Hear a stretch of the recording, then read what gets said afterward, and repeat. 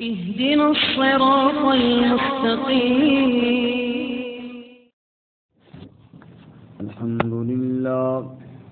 الحمد لله وكفى والصلاة والسلام على خاتم الرسل وسيد الأنبياء وعلى آله وأصحابه الأتقياء. أما بعد فأعوذ بالله من الشيطان الرجيم. بسم الله الرحمن الرحيم.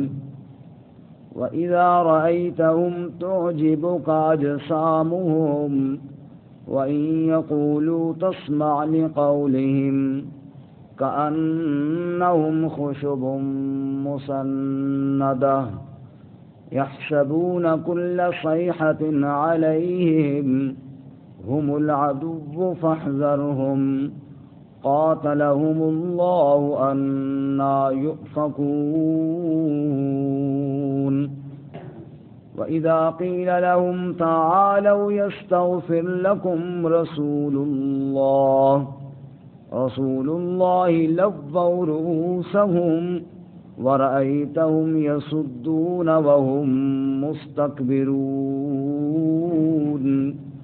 سواء عليهم أستغفرت لهم أم لم تستغفر لهم لن يغفر الله لهم إن الله لا يهدي القوم الفاسقين.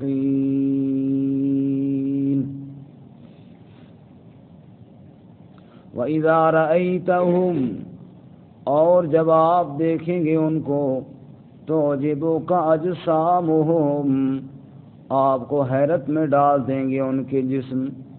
وَإِن يَقُولُوا تَسْمَعْ لِقَوْلِهِمْ اور اگر وہ بات کریں تو آپ سنیں گے ان کی بات کے لیے. كَأَنَّهُمْ خُشُبٌ مُّسَنَّدَةٌ گویا کہ وہ ایسی لکڑیاں ہیں جو دیوار کے ساتھ لگا دی گئیں. يَحْسَبُونَ كُلَّ صَيْحَةٍ عَلَيْهِمْ سمجھتے ہیں کہ ہر آواز انہی پر آنے والی ہے. هُمُ الْعَدُوُّ فَاحْذَرْهُمْ وہ دشمن ہیں پس ان سے بچ کر رہو. قَاتَلَهُمُ اللَّهُ أَنَّى يُؤْفَكُونَ برباد کرے ان کو اللہ کہاں وہ الٹے پھر رہے ہیں.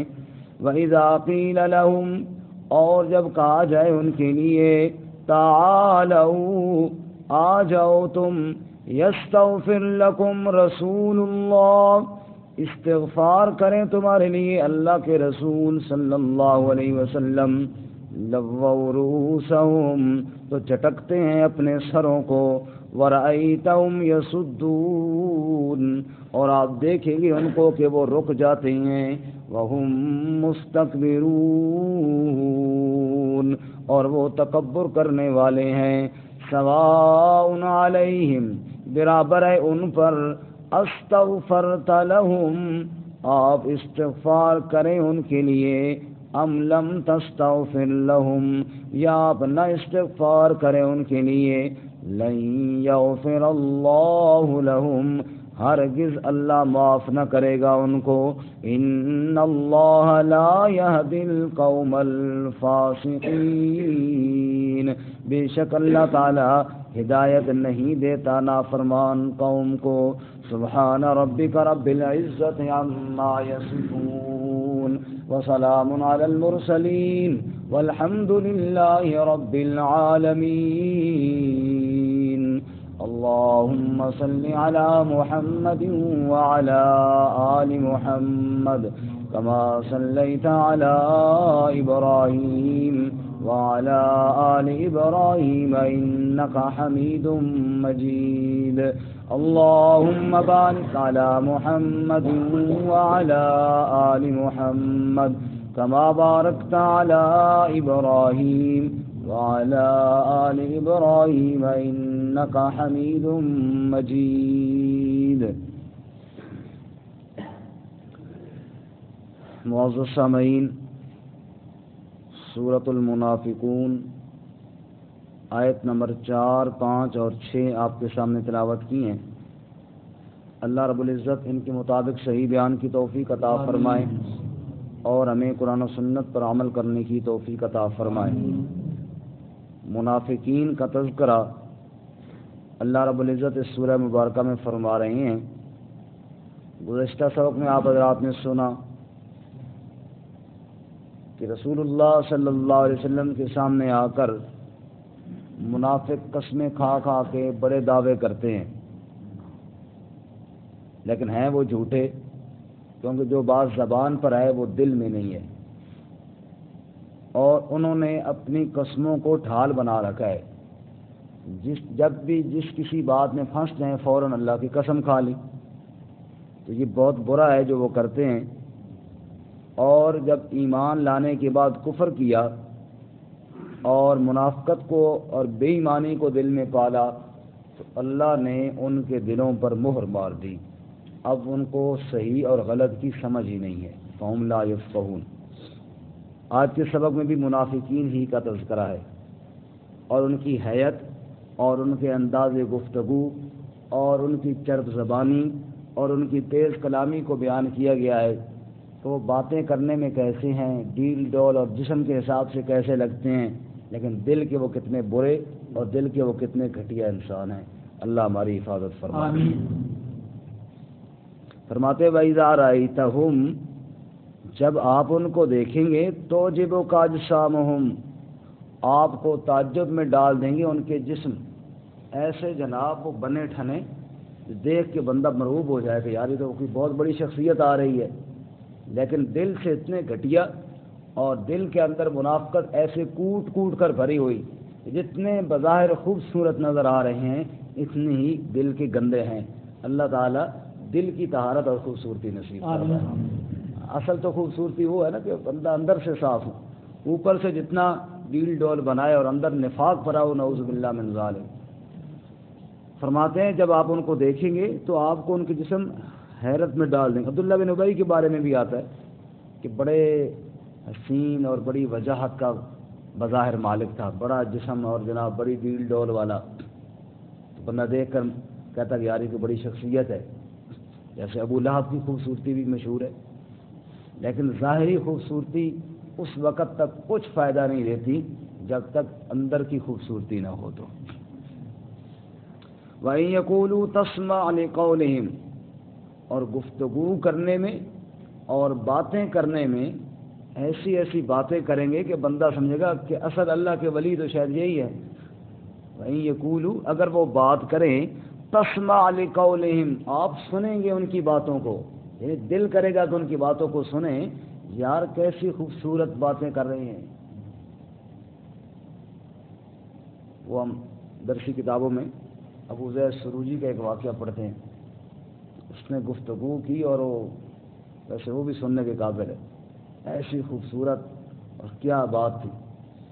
تو ایک شخص متاثر ہوا کہ میں یار اس بندے کا پیچھا کروں اور اس کے پاس رہوں، اور یہ بڑا کوئی متقی بندہ ہے، اس کی صحبت میں رہوں. آگے متقی صاحب جب گئے تو ایک جگہ شراب خانے میں گئے، سیدھا وہاں شراب اور آگے عیاشی کا سامان. تو کھڑا ہو گیا، وہ نہ قدم آگے اس کا چلے نہ پیچھے چلے. اس کو اس حالت میں دیکھ کر اس کو کہنے لگا کہ وہ تھا ظاہر تیرا اور یہ باطن تیرا. اس نے کہا دل چاہے تو قریب آ تم ہی کھا پی، اور نہیں دل چاہتا تو جا بیان کر جا کے، کیا کر لے گا تم. یہی ہمارے روزگار ہے، یہی ہماری کمائی کا ذریعہ ہے. باتیں سنو تو کچھ اور اندر ایمان بھی نہیں. اللہ معاف فرمائے. اللہ فرماتا ہے یہ حالت ہے ان منافقین کی. تو منافقین ایسے گرے ہوئی ہے اور ایسے گھٹیا اللہ کی نگاہوں میں گرے ہوئی ہیں. تو اللہ فرماتے ہیں وَإِن يَقُولُوا تَسْمَعْ لِقَوْلِهِمْ. اور سورۃ البقرہ میں اللہ تعالیٰ نے فرمایا وَمِنَ النَّاسِ مَن يُعْجِبُكَ قَوْلُهُ فِي الْحَيَاةِ الدُّنْيَا وَيُشْهِدُ اللَّهَ عَلَى مَا فِي قَلْبِهِ وَهُوَ أَلَدُّ الْخِصَامِ. اے میرے محبوب صلی اللہ علیہ وسلم، کچھ لوگ ایسے ہیں کہ جن کی باتیں آپ کو بھی حیرت میں ڈال دیتی ہیں. یار کمال کی گفتگو کر رہے ہیں.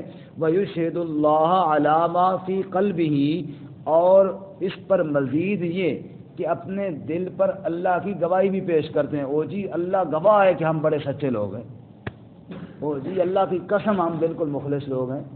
فرمایا کہ قسمیں بھی کھاتے ہیں اور اپنے جھوٹ پر اللہ کی گواہی بھی پیش کرتے ہیں، نعوذ باللہ من ذالک، وہو الد الخصام، حالانکہ ان جیسا گھٹیا اور جھگڑالو اور برا بندہ کوئی نہیں ہے۔ وَإِذَا تَوَلَّى سَعَىٰ فِي الْأَرْضِ لِيُفْسِدَ فِيهَا، کیونکہ ان کے مزاج کے اندر فساد بھرا ہوا ہے، جب اٹھتے ہیں تو آگے ان کی سعی اور ان کا عمل اور ان کی کوشش اور ان کی محنت تاکہ زمین میں فساد ہو جائے، یفسد فی الارض ویہلک الحرث والنسل، اور کھیتیاں تباہ ہوں، لوگوں کی نسل برباد ہو، بس یہی ان کی کوشش ہے۔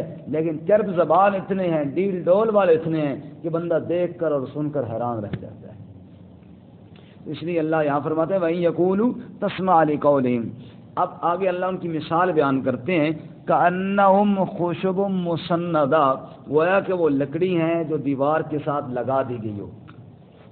ایک وہ درخت ہوتا ہے جس کی ابھی جڑ زمین میں ہے، وہ لکڑی جو ہے وہ آگے پھل دے رہی ہوتی ہے، پھول دے رہی ہوتی ہے تو وہ بھی لکڑی، لیکن وہ ابھی درخت کے ساتھ لگی ہوئی ہے، پھل پھول دے رہی ہے۔ ایک وہ لکڑی ہے جس کو کاٹ کر درخت سے جدا تو کر دیا جاتا ہے، لیکن آگے وہ کڑی لگ گئی ہے، ستون لگ گیا ہے، یا فرنیچر بن گیا ہے، الماری بن گئی ہے، وہ بھی جناب کسی کام کاج میں لگی ہوئی ہے، چھت کے اندر لگی ہوئی ہے، چھت کو سہارا دیا ہوا ہے، نیچے ستون بنا ہوا ہے، پھر بھی سہارا دیا ہوا ہے، الماری بن گئی ہے، اس کے اندر بھی کام کاج ہو رہا ہے، برتن رکھے ہیں، کپڑے رکھے ہیں، کتابیں رکھی ہیں، وہ بھی کسی مقصد میں لگی ہوئی ہے۔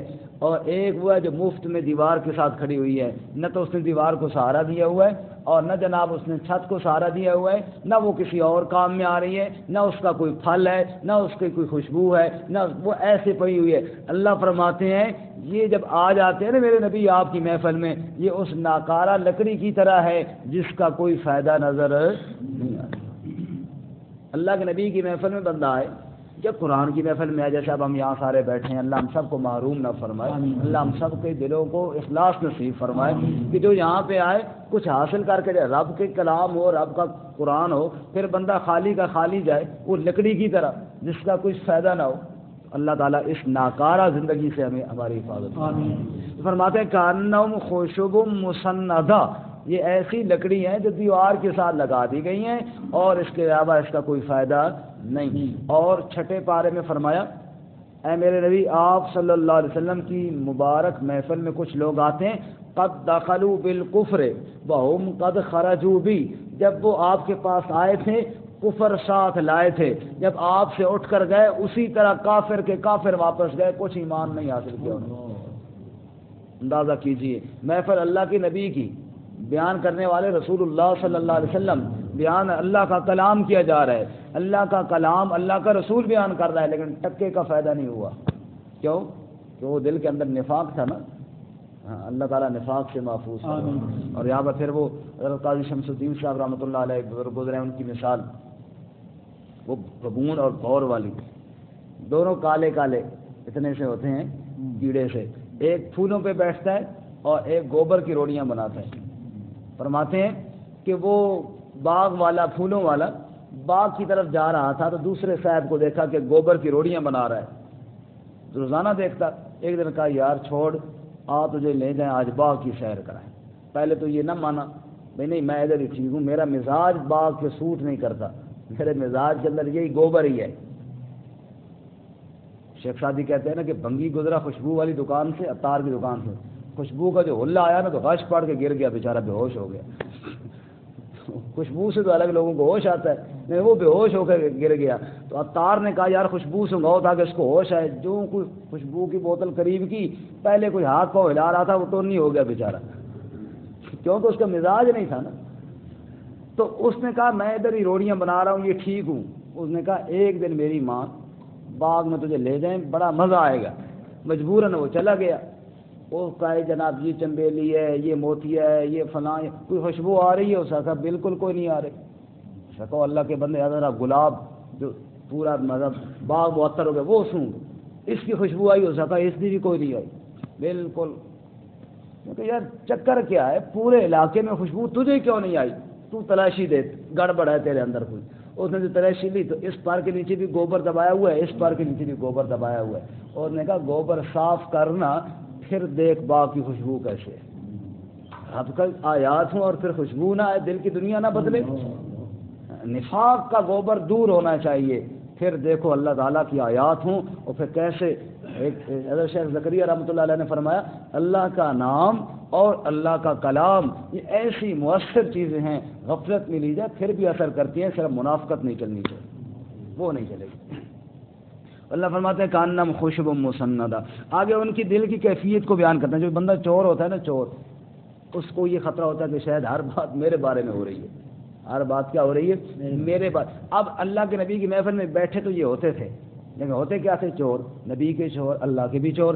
اب جو آیت نازل ہوتی ان کو ڈر ہوتا کہیں ہمارے بارے میں تو نہیں نازل ہو رہی، سمجھے، ہمارے بارے میں تو نہیں نازل، ہر بات پہ یہ سمجھتے کہ یہ شاید ہمیں اٹیک کیا جا رہا ہے جی، وہ جناب ہمارے اوپر ہوٹنگ کی جا رہی ہے جی۔ اللہ فرماتے ہیں یہ اصل میں اندر وہ کیا کہتے ہیں کہ چور کی داڑھی میں تنکا، اور دوسرے الفاظ میں کہتے ہیں کانے نو کان کھڑک جاتی ہے، سمجھ آئی؟ تو یہ سمجھتے ہیں۔ اگلے حصے میں فرمایا یحسبون، وہ سمجھتے ہیں کل صیحۃ علیہم، ہر آواز انہی پر کسی جا رہی ہے۔ صیحہ کہتے ہیں آواز کو، چیخ کو، وہ سمجھتے ہیں جو بھی آواز آ رہی ہے، یعنی جو بھی وہی آ رہی ہے یا جو بھی اللہ کے نبی گفتگو فرما رہے ہیں وہ جی ہمارے خلاف ہی ساری باتیں ہو رہی ہیں، ہمارے خلاف ہی ساری باتیں ہو رہی ہیں۔ وہ ایک بزرگوں نے کہیں خطاب کیا نا، تو کچھ لوگوں نے تھانے میں جا کے رپورٹ کرائی کہ انہوں نے بڑی فرقہ واریت پھیلائی ہے، بڑی فرقہ وارانہ تقریر کی ہے۔ حضرت جی نے فرمایا کہ میری تقریر سنو، میں نے نہ اس گروہ کا نام لیا نہ اس کے بانی کا نام لیا، میں نے نام تک نہیں لیا، تو فرقہ واریت کیسے ہوگی؟ میں نے آیات پڑھی ہیں، احادیث پڑھی ہیں، اگر یہ نہ ہو تو میں مجرم، تقریر میری سنی جائے، کیسٹ بلاؤ منگواؤ اور سنو۔ انہوں نے کہا جی نام تو نہیں لیا لیکن وہ ساری فٹ ہمارے اوپر آ رہی تھی۔ کہا فٹ آ رہی تھی، میرا تو قصور کوئی نہیں ہے نا، تو میرے خلاف تو نہ کیس کرو نا، کہ تو اللہ تعالیٰ کے خلاف کرو یا اللہ کے نبی کے خلاف کرو، جن کی آیات میں نے پڑھی یا جن کی حدیث میں نے پڑھی، فٹ آ رہی تھی تو اس میں میرا تو کوئی قصور نہیں۔ یہی بات ہے، یحسبون کل صیحۃ علیہم، سمجھتے ہیں کہ ہر آواز انہی پر ہے۔ اب جس بندے کی یہ حالت ہو، یہ بھی کوئی زندگی ہے؟ اللہ شاہ صاحب بخاری فرمایا کرتے تھے منافق کی بھی کوئی زندگی ہے، بندہ مومن ہو تو ابو بکر جیسا ہو، کافر ہو تو ابو جہل جیسا ہو، پتہ تو چلے کہ یار بندہ کیا ہے۔ یہ کیا ہوئی بات کہ جناب نہ ادھر کا نہ ادھر کا؟ تو فرمایا کہ وہ سمجھتے ہیں ہر آواز انہی پر ہے۔ ہم العدو فاحذرہم، اللہ فرماتا ہے یہ دشمن ہے، اور یہ بڑے خطرناک دشمن ہے، جو صفوں میں گھستے ہیں اور جو پیچھے نمازیں پڑھتے ہیں، جو ساتھ بیٹھتے ہیں اور دل کے اندر اتنی منافقت اور دل کے اندر اتنی دوریاں، فرمایا ہم العدو، یہ دشمن ہیں، فاحذرہم، ان سے اپنے آپ کو بچا کر۔ اللہ ہم سب کو محفوظ فرمائے۔ قاتلہم اللہ، اللہ ان کو برباد کرے، اللہ ان کو کیا کرے؟ برباد کرے۔ اس کے لیے اللہ تعالیٰ کا یہ جملہ ہو، اس کی بربادی میں کوئی شک نہیں ہو سکتا۔ یہی وجہ ہے کہ منافق کبھی خوشحال نہیں ہوتا، منافق کبھی خوش نہیں ہوتا، بلکہ وہ سڑتا رہتا ہے، مرتا رہتا ہے۔ موتوا بغیظکم، دوسری جگہ اللہ نے فرمایا مر جاؤ غصے کے ساتھ، وہ اپنے آگ کے اندر خود جلتا رہتا ہے۔ شیخ سعدی رحمۃ اللہ علیہ نے فرمایا میں ہر ایک کو خوش کر سکتا ہوں لیکن حاسد کو خوش نہیں کر سکتا۔ حاسد خوش تب ہوگا جب میں مر جاؤں۔ اب میں پھندے پہ تو نہیں لٹک سکتا نا کہ میں مروں اور پھر وہ کہے ہاں جی خوش ہوں، اس کے علاوہ تو وہ خوش نہیں ہو سکتا۔ تو فرمایا کہ یہ دشمن ہیں، ان سے بچ کر رہو، اللہ ان کو برباد کرے۔ انا یؤفکون، یہ کیسے الٹے پھٹک رہے ہیں، کیا کر رہے ہیں، ان کی شکلیں اور حیثیتیں دیکھو، اور ان کے مرتبے اور ڈیل ڈول دیکھو، اور ان کی گفتگو دیکھو، اور ان کے دل کی منافقت دیکھو۔ اللہ ہمیں اس سے محفوظ فرمائے۔ اب جیسے کہ میں نے کل بھی عرض کیا کہ عبداللہ بن ابی اور ان کے ساتھیوں نے نبی پاک صلی اللہ علیہ وسلم کے بارے میں اور مہاجرین اصحاب کے بارے میں اس طرح کے غلط جملے کہے کہ ہم ان کو شہر سے نکالیں گے اور یہ ایسے ہیں۔ اس کے علاوہ اور کئی حرکتیں جیسے میں نے کل کچھ عرض کی تھی کہ فلاں موقع پہ یہ کیا فلاں۔ جب یہ ساری حرکتیں ہوئیں، اب ان سے کہا گیا کہ دیکھو اللہ تعالیٰ نے تمہارے پول بھی کھول دیے، نبی پاک کے پاس آؤ، معافی مانگو، آپ بھی استغفار کریں گے اللہ معاف کر دے گا، اللہ معاف کر دے گا۔ آپ نبی پاک کے سامنے نہ آتے کیونکہ اندر منافقت ہے، تکبر بھرا ہوا ہے، کہاں آئے جناب معافی مانگنے کے لیے؟